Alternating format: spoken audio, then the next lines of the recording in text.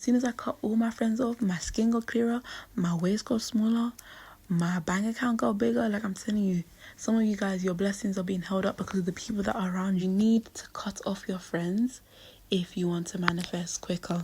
And I know some people might be looking at the title like, what does she mean? Cut off your friends? Okay, let's get into it.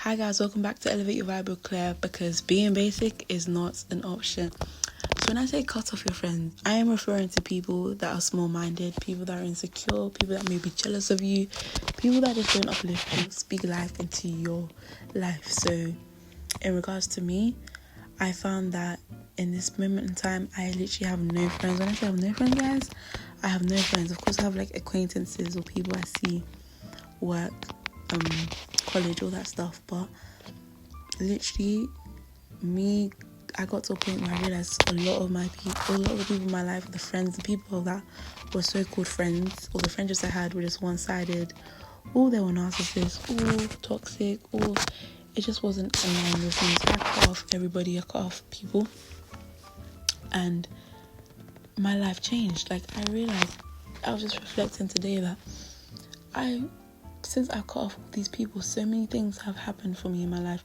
Literally, guys, I'll literally think a thought and it happens. Like, that's how powerful your manifestation gets when you cut people off. And you may be thinking, what does that have to do with anything? Well, when you cut people off, especially people that are toxic, people that speak fear into you, they speak doubt into your life, all that stuff, you're literally drowning out negativity. You're drowning out the voices that tend to dilute your imagination or dilute your own thought. So yeah, the reason why you manifest quicker is because you hear your thoughts clearly and you're able to sit there with your visualizations without the influence of outside forces. Like, I can give so many examples in my life. For example, I spoke in a previous video, I'm not sure if that video is out yet, but in one of my voiceovers I talk about how I literally manifested my first dream car, or my dream first car. And literally in my area where I'm at, I was told, like, with the friend that I used to have before we even got to a point where we were looking at buying cars, we were just like discussing getting our licenses and stuff, when I talked about how I wanted this car that I've been wanting for years. Like, I've always knew what type of car I wanted for my first car, and I made that clear, and she knew that. And we started talking about that, and like, we talk about how we travel to and fro, and I just hate public transport, guys. When I tell you I hate public transport, every time I'm taking the bus or a train, I literally, in my head, I'm like, I just need to get my license. I need to drive because I can't live this lifestyle. It just genuinely just wasn't for me. I just hated the idea. I just didn't like it. So in my head, it's like, I just can't wait to get my license and get my car and, you know, just all that basic stuff, right? And this friend was so quick to be like, oh, but it's not realistic. In this economy, you know, buying fuel's expensive, you know, cars are expensive, you know, all this realistic, quote unquote realistic talk. And being me, I didn't really let that faze me. In my head, I'm still thinking, okay, but I'm still gonna get it. I don't know how, don't know when, but I just knew that I'm gonna get my car. Like, there's no way I'm not gonna get my car. And fast forward to a few months later, I've cut that friend off, like, completely.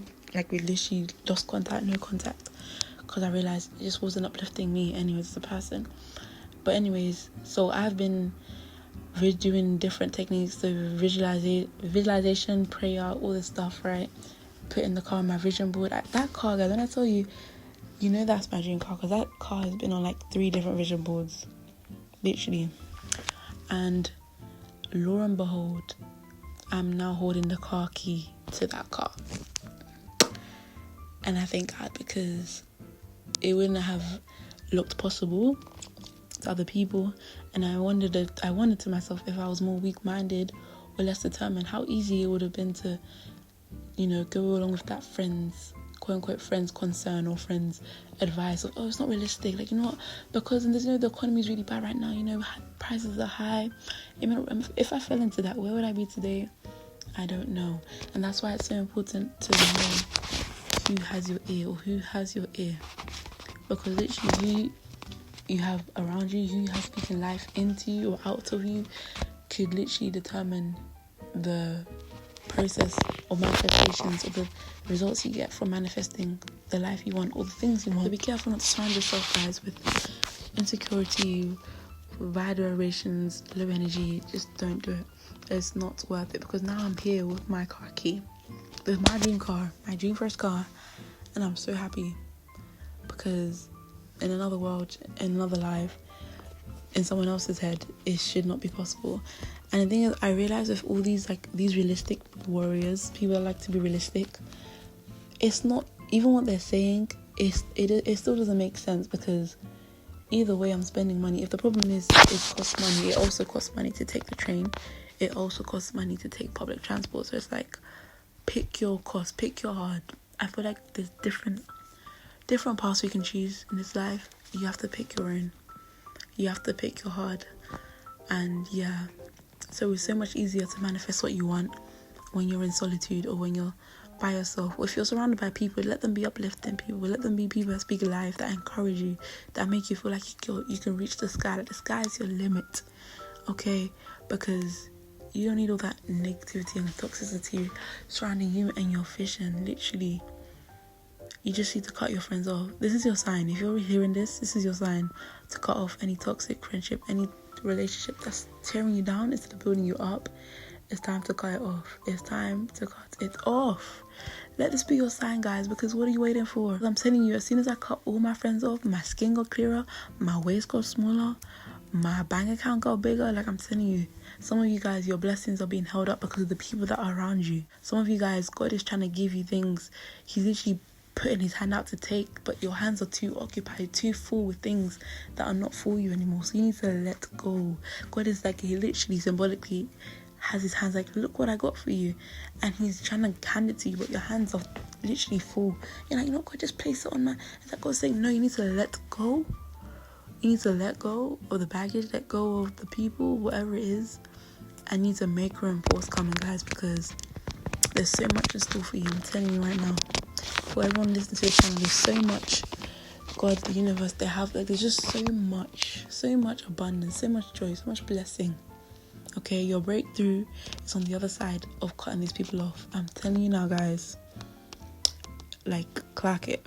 So this is just a quick voiceover, quick message. I hope you guys enjoyed it. Comment down any of your thoughts, and I'll see you guys in the next voiceover. Bye.